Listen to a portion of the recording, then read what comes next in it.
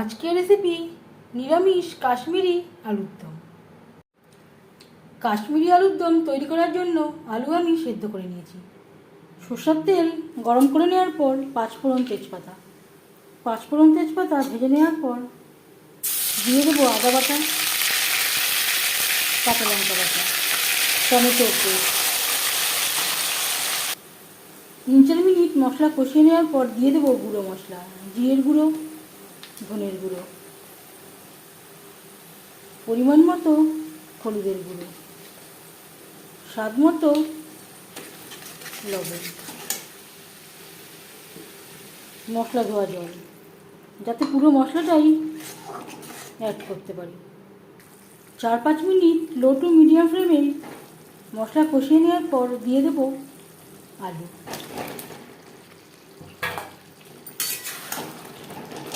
মশলার সাথে আলু বেশ ভালো করে মিক্সড করে দেবো।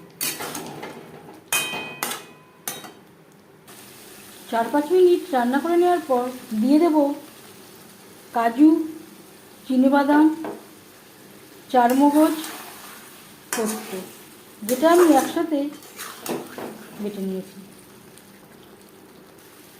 আরও 4-5 মিনিট রান্না করে নেওয়ার পর দিয়ে দেবো মশলা ধোয়া জল।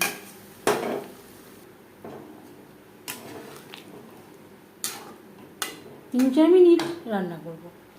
সবশেষে দিয়ে দেবো ড্রাই রোস্ট করে রাখা কাসুরি মেথি, 1/2 চামচ গরম মশলা পাউডার। কাসুরি মেথি ও গরম মশলা পাউডার